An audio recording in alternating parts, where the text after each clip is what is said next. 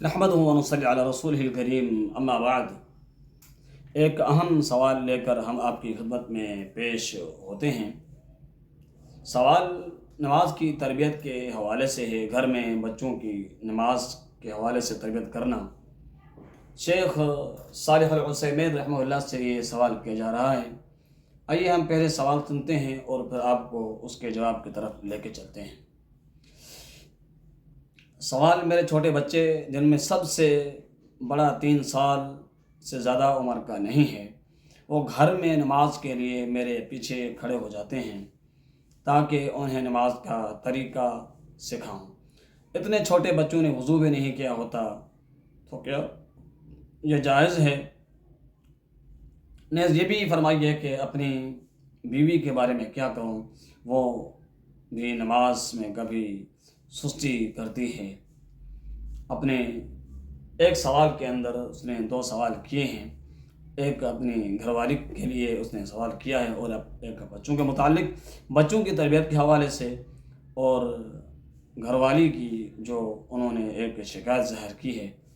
اس شکایت کے حوالے سے وہ پریشان ہیں۔ ممکن ہے کہ یہ سوال آپ کا بھی ہو۔ آئیے ہم آپ کو اس کے جواب کی طرف لے کے چلتے ہیں۔ اس سوال کی پہلی شق، یعنی اس سوال کا جو پہلا حصہ ہے، اس کا جواب یہ ہے کہ انسان کے لیے جائز ہے کہ وہ قول اور فعل سے اپنے بچوں کو نماز سکھائے۔ یعنی نبی علیہ الصلوۃ والسلام ممبر پر، اللہ کے رسول کے لیے ممبر لایا گیا تو آپ علیہ الصلوۃ والسلام آپ نے اس پر چڑھ کر نماز پڑھی اور سجدہ کرنے کا ارادہ کیا تو ممبر سے اتر کر زمین پر سجدہ کیا۔ پھر نبی علیہ الصلوۃ والسلام نے فرمایا، انما فعلت ھذا لتأتموا بی ولتعلموا صلاتی، میں نے یہ اسی لیے کیا تاکہ تم میری اقتداء کرو اور میری نماز سیکھ لو۔ نبی صلی اللہ علیہ وسلم نے صحابہ کرام کے سامنے مکمل طریقے کے ساتھ نماز پیش کی، اور پھر صحابہ کرام سے یہ بھی عرض کیا کہ میں نے یہ کام اسی لیے کیا تاکہ تم نماز سیکھ لو اور میری اقتداء بھی کرو میرے ساتھ۔ بچے اگر سمجھ بوجھ رکھتے ہیں، مطلب اتنے سمجھدار بچے ہیں، تو بات کو سمجھتے ہیں، تو انہیں وضو کا طریقہ بھی سکھانا چاہیے۔ یعنی نماز اور وضو کا مکمل طریقہ اپنے گھر میں اپنے بچوں کو سکھانا چاہیے۔ لیکن سائل نے اپنے بچوں کی جو عمر ذکر کی ہے، ان میں سب سے بڑا 3 سال کا ہے، تو میرے خیال میں اس عمر میں وہ صحیح طور پر نہیں سمجھ سکتے۔ شاید یہی وجہ ہے کہ نبی صلی اللہ علیہ وسلم نے حکم دیا ہے کہ ہم بچوں کو نماز پڑھنے کا حکم دیں جب وہ 7 سال کی عمر کے ہوں۔ اگر 10 سال کی عمر میں ہوں تو نماز نہ پڑھیں تو انہیں سزا بھی دی جا سکتی ہے۔ مطلب یہ ہے کہ 3 سال کے بچے جو ہیں وہ صحیح معنی میں نماز اور وضو کا طریقہ اپنے ذہن میں نہیں بٹھا سکتے، ان کی عمر کم ہونے کی وجہ سے۔ تو اس لیے نبی صلی اللہ علیہ وسلم نے جو 7 سال کی عمر بتلائی ہے، اسی کے اندر ایک اہم حکمت ہے جو یہاں سے اس شیخ رحمہ اللہ کے اس بات سے ہمیں ثابت ہو کر مل رہی ہے، کیونکہ ویسے بھی انسان کی عقل بھی اس بات کو تسلیم نہیں کرتی کہ ایک 3 سال کا بچہ ہے جو مکمل وضو اور نماز کے طریقے کو صحیح معنی میں سمجھ سکے ہیں۔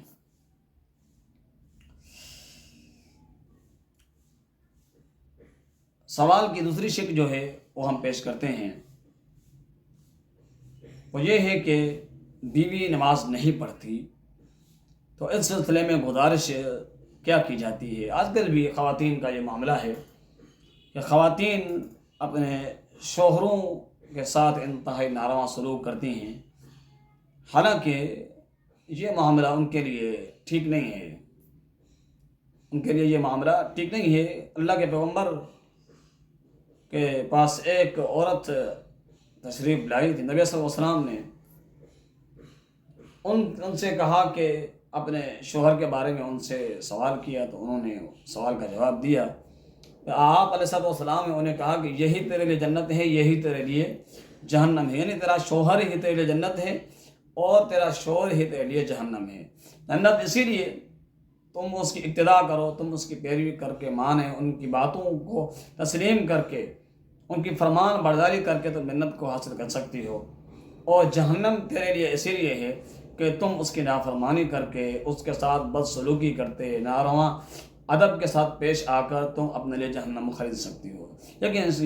یہ ایک بہت بڑی وعید والی بات ہے، خواتین کو اس معاملے میں تھوڑا خیال کرنا چاہیے اپنے شوہروں کا۔ تو اس سلسلے میں گزارش ہے کہ شوہر پر واجب ہے کہ وہ اپنی بیوی کو نماز پڑھنے کا حکم دے۔ ٹھیک ہے، وہ ہر شخص اپنے گھر کا مرد جو ہے وہ حاکم ہوتا ہے، تو اس کو یہ اختیار ہے کہ وہ اپنے گھر والوں کو، اپنی بیوی ہو، بیٹی ہو یا قریبی رشتہ دار اور ہوں جو گھر کے اندر موجود ہوں، ان کو حکم دے سکتے ہیں نماز کے حوالے سے، اور ادب بھی سکھانا چاہیے انہیں۔ یقیناً ادب کے بغیر کچھ نہیں ہے۔ اگر وہ نماز ترک کرنے پر اصرار کرے تو ایک حدیث پیش کر رہے ہیں، وہ کافر ہو جائے گی، والعیاذ باللہ نکاح ٹوٹ جائے گا، اور جب تک وہ نماز کو ترک رکھے وہ اس کے لیے حلال نہیں ہوگی۔ یہ بڑی انتہائی خطرناک بات ہے، نماز نہ پڑھنے والا، کیونکہ بین العبد و بین الکفر ترک الصلاۃ، کفر اور مسلمان کے درمیان جو فرق کرنے والی چیز ہے وہ نماز ہے۔ جیسے ام سلیم رضی اللہ تعالی عنہا، ابو طلحہ جو کہ بعد میں مسلمان ہوئے رضی اللہ عنہ، انہوں نے ام سلیم رضی اللہ، انس بن مالک کی والدہ ہیں، ان کا شوہر فوت ہونے کے بعد انہوں نے پیغام بھیجا، عدت گزری اس کے بعد ابو طلحہ نے جب پیغام بھیجا ام سلیم کو، کیونکہ ایک مسلمان کے ساتھ ایک کافر کا رہنا درست نہیں ہے بطور بیوی کے یا بطور شوہر کے، تو لہذا انہوں نے سب سے پہلے ان سے کہا کہ آپ مسلمان ہو جائیں، آپ مسلمان نہیں ہیں۔ تو معنی یہاں یہ بات سمجھنی چاہیے، ہمیں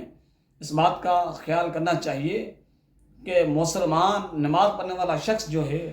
وہی کامل مسلمان ہے۔ جو شخص نماز نہیں پڑھتا، صحابہ کرام کے بارے میں آتا ہے، کہتے ہیں ہم اپنے دور کے اندر جو شخص تارک نماز ہے اس کو کافر سمجھتے تھے، مانا اس کو دار اسلام سے بھی خارج، وہ شخص نماز نہیں پڑھتا اس حوالے سے۔ جب تک یہاں پر بھی یہ انہوں نے بات، شیخ رحمہ اللہ نے اس کی وضاحت کی ہے کہ ایسی کوئی عورت ہے جس کو شوہر اس بات کا حکم دیتا ہے کہ وہ نماز پڑھے، اگر وہ نہیں نماز پڑھتی، اس نہ نماز پڑھنے پر ہی وہ اصرار کرتی ہے، تو وہ کافر ہو جائے گی۔ تو لہذا شوہر مسلمان ہے اور بیوی کافر ہے، تو نکاح بھی ختم ہو جاتا ہے شریعت کے لحاظ سے، اور جب تک وہ نماز کو ترک کیے رکھے گی تب تک وہ اس کے لیے حلال بھی نہیں ہوگی، اور نہیں ہوگی کہ مہاجر خواتین کے بارے میں اللہ تعالیٰ نے قرآن مجید کے اندر بھی ارشاد فرمایا کہ فَإِنْ عَلِمْتُمُوهُنَّ مُؤْمِنَاتٍ فَلَا تَرْجِعُوهُنَّ إِلَى الْكُفَّارِ لَا هُنَّ حِلٌّ لَهُمْ وَلَا هُمْ يَحِلُّونَ لَهُنَّ۔ اگر تم کو معلوم ہو کہ مومن ہیں تو ان کو کفار کے پاس واپس نہ بھیجو، یعنی مہاجر جو ہیں، جو مکہ سے مدینہ تشریف لائی تھیں جو خواتین، اگر وہ اللہ کے پیغمبر کو اللہ تعالیٰ نے یہاں کلام مجید کے اندر حکم دیا ہے، اگر وہ مومنہ ہیں اور ان کے شوہر جو ہیں وہ کافر ہیں، لہذا ان کو آپ ان کی طرف نہ لوٹائیں، ان کو آپ ان کی طرف بالکل نہ لوٹائیں، کفار کے پاس نہ بھیجیں، کیونکہ یہ ان کے لیے حلال نہیں ہے اور نہ وہ ان کے لیے جائز ہیں۔ یعنی اب یہ مسلمان ہو چکی ہیں، وہ کافر ہیں، تو لہذا یہ الگ الگ دین پر ہیں، تو اب اس الگ الگ دین کے ہونے کی وجہ سے کسی مسلمان کے لیے لائق نہیں ہو کسی کافر کے ساتھ اپنا وقت گزارے، اور کسی عورت کے لیے جائز نہیں کہ وہ مسلمان شوہر کے ساتھ رہے، اور مسلمان شوہر کو یہ جائز نہیں ہے شریعت کے اندر کہ وہ کسی غیر مسلم مطلب نماز کو ترک کرنے والی صحابہ کرام کے زمانے میں اور فتویٰ حضرت سے یہ تو بات معلوم ہوتی ہے کہ وہ عورت کافر ہے، تو لہذا اس کا کفر ظاہر ہے، تو اس کے ساتھ شوہر بھی وقت نہ گزارے، لہذا وہ اس وقت تک کے لیے اس کے لیے جائز نہیں ہوگی جب تک وہ نماز کو ادا نہیں کرتی ہے۔ مسلمان کے لیے اسے آگے کہتے ہیں کہ مسلمان کے لیے یہ حلال نہیں کہ وہ کسی کافر اور اسلام سے مرتد عورت کے ساتھ شادی کرے۔ بالکل یہی بات ہے، اگر یہ ارتداد نکاح کے بعد پیدا ہو، یہ ارتداد مطلب اس نے نکاح کر لیا، نکاح سے پہلے تو وہ صحیح تھے، نماز کی پابند تھی، نکاح کے بعد ہی اس نے ارتداد کر لیا، مطلب یہ کہ نماز سے اس نے منہ موڑ لیا، نکاح کے بعد پیدا ہوا تو اس سے نکاح ٹوٹ جائے گا۔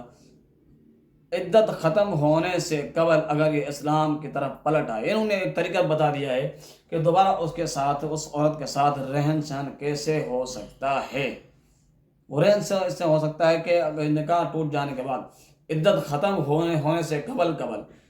اگر یہ اسلام کی طرف لوٹ آتی ہے، مطلب یہ ہے کہ نماز پڑھتی ہے، پابندی کرتی ہے، شوہر کا حکم جو شوہر کی نماز کے حوالے سے حکم دیتا ہے، روزے کے حوالے سے حکم دیتا ہے، اسلام کی طرف اس کو بلاتا ہے نماز کے لیے، روزے کے لیے یا کسی اور نیکی کے عمل کے لیے، اگر وہ آ جاتی ہے، مانتی ہے، تو یقیناً یہ اس کی بیوی ہوگی، وگرنہ یہ بائنہ ہو جائے گی۔ اللہ تعالیٰ جمیع معاملات کے اندر ہماری رہنمائی فرمائے۔ انتہائی یہ بڑا ہی سخت معاملہ ہے، خواتین کو چاہیے کہ اپنے معاملات کو، دین اسلام کو صحیح معنی میں علم کے ساتھ سمجھیں اور اپنے شوہروں کو ان کے ساتھ اچھا وقت گزاریں اور ان کے حکم کی تکمیل کریں۔ یقیناً اپنے لیے، جیسے حدیث آپ نے سنی، اپنے لیے شوہر کو جنت بنائیں، نہ کہ اپنے لیے شوہر کو جہنم بنائیں۔ اللہ تعالی ہماری رہنمائی فرمائے۔ السلام علیکم ورحمۃ اللہ وبرکاتہ۔